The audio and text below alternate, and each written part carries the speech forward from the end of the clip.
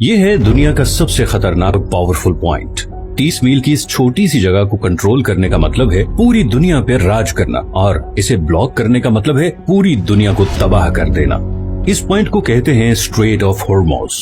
Straits असल में समंदर के ऐसे पतले हिस्से को कहते हैं जो दो बड़े समंदरों को जोड़ने का काम करते हैं। अब ऐसी क्या खुसूसियत है इस 30 मील की छोटी सी जगह में जो इसे इतना पावरफुल और इम्पोर्टेंट बनाता है?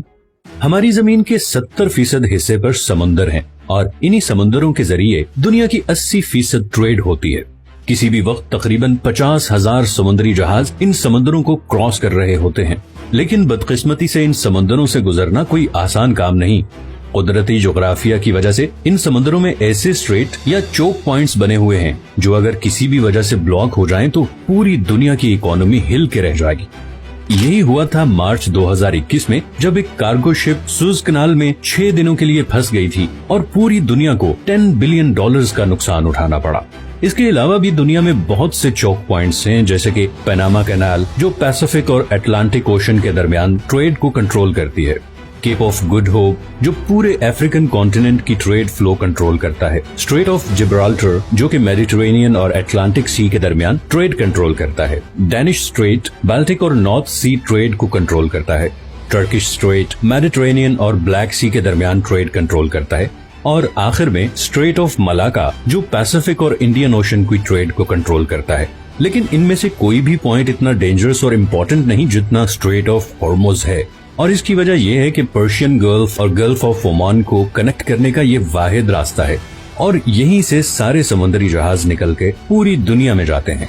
अब पर्शियन गल्फ बहुत इम्पोर्टेंट जगह है क्योंकि 8 कंट्रीज अपनी कोस्ट लाइन इसके साथ शेयर करते हैं, जिसमें ईरान, इराक, कुवैत, सऊदी अरब, बहरीन, कतर, यूएई और ओमान शामिल हैं।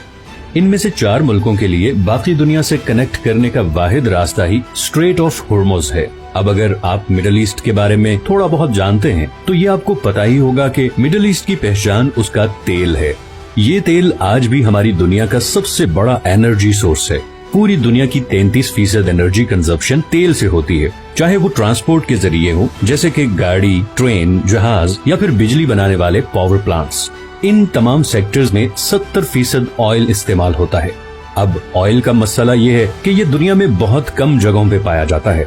इस सर्कल में दुनिया का आधा तेल इन 8 कंट्रीज के पास है, और बात सिर्फ यही खत्म नहीं होती, बल्कि दुनिया के 40% नेचुरल गैस रिजर्व्स भी इसी सर्कल में मौजूद देशों के पास हैं। अब नेचुरल गैस तेल और कोयले के बाद दुनिया का तीसरा सबसे बड़ा एनर्जी सोर्स है।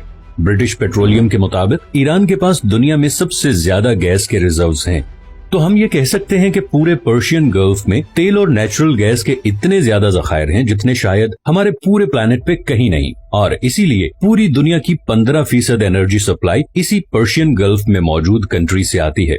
और फिलहाल इस सप्लाई लाइन का पूरी दुनिया के पास कोई और ऑल्टरनेटिव भी नहीं है। लेकिन इस 30 मील के एरिया से गुजर के जाना इतना भी आसान नहीं। सबसे पहले यहाँ पे 8 ऐसे आइलैंड हैं जिन्हें हर समुद्री जहाज को अवॉइड करना पड़ता है, और ये 8 में से 7 आइलैंड ईरान के कंट्रोल में हैं।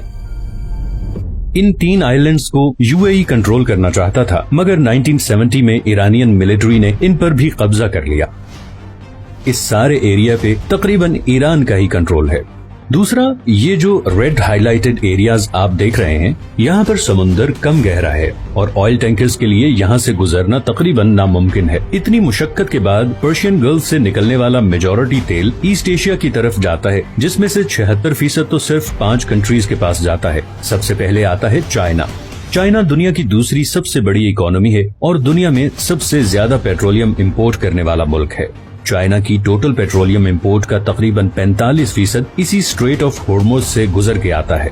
जापान दुनिया की तीसरी सबसे बड़ी इकोनॉमी है, जिसे अपनी 100% एनर्जी इंपोर्ट करनी पड़ती है, और इस 100% इम्पोर्टेड एनर्जी सप्लाई में से तकरीबन 80% इसी 30 मील के चोक पॉइंट से गुजर के आती है। इंडिया, वर्ल्ड 6 लार्जेस्ट इकोनॉमी, भी अपना 70% ऑयल और 50% गैस इन्हीं पर्शियन गल्फ कंट्री से इंपोर्ट करता है, और वो भी इसी रास्ते से। इसी तरह साउथ कोरिया, जो कि दुनिया की 10th लार्जेस्ट इकोनॉमी है, अपना 70% तेल इन्हीं पर्शियन गल्फ कंट्री से टैंकर्स के थ्रू इंपोर्ट करता है। जो उसी 30 मील के स्ट्रेट ऑफ हॉर्मुज से गुजर के आते हैं। तो अगर ये 30 मील की छोटी सी जगह किसी भी वजह से लंबे अरसे के लिए ब्लॉक हो जाए तो दुनिया की दूसरी, तीसरी, छठी और 10वीं इकोनॉमीज बिल्कुल कोलैप्स कर जाएंगी। और इसी तरह पर्शियन गल्फ में मौजूद इन तमाम 8 कंट्रीज का सोर्स ऑफ रेवेन्यू भी खत्म हो जाएगा और एज अ रिजल्ट पूरी दुनिया में एक जबरदस्त इकोनॉमिक क्राइसिस आ जाएगा। इसीलिए ये जगह दुनिया का सबसे खतरनाक और इम्पोर्टेंट चोक पॉइंट है और इसीलिए दुनिया के सारे सुपर पावर कंट्रीज की इस पे कड़ी नजर होती है।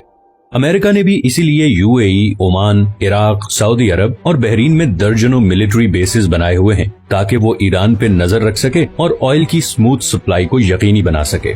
दूसरी तरफ ईरान पहले ही किसी भी जंग की सूरत में कई दफा ये स्ट्रेट ब्लॉक करने की धमकी दे चुका है और अगर ऐसा हो गया तो न सिर्फ ग्लोबल इकोनॉमी हिल के रह जाएगी बल्कि ऐन मुमकिन है कि वर्ल्ड वॉर 3 की भी शुरुआत हो जाए।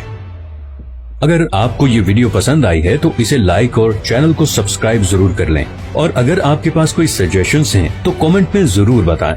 मैंने अभी बहुत से इंटरेस्टिंग टॉपिक्स पे वीडियोस बनानी है तो आपकी सपोर्ट बहुत जरूरी है। अपना ख्याल रखिएगा, मिलते हैं नेक्स्ट वीडियो में।